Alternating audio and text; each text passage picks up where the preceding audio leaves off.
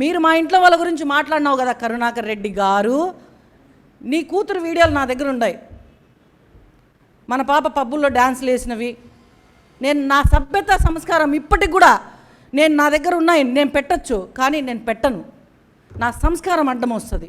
నువ్వు మాట్లాడిన నువ్వు చేసే చిల్లర రాజకీయాలు ఎట్లా ఉంటాయంటే, ఆడవాళ్ళను ఉసిగొలిపేది, ఇప్పుడు మగవాళ్ళను ఉసిగొలిపేది, నా కొడుకు పెళ్ళిళ్ళలో డాన్సులన్నీ బయట పెట్టేది.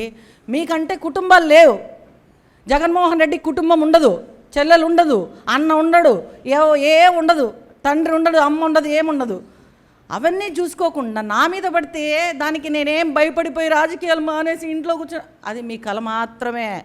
నేను ఒక్కొక్కడి తాట తీసి కూర్చోబెడతా. పవన్ కళ్యాణ్ గారు ఆశయాలతో వచ్చిన వాళ్ళం మేమంతా.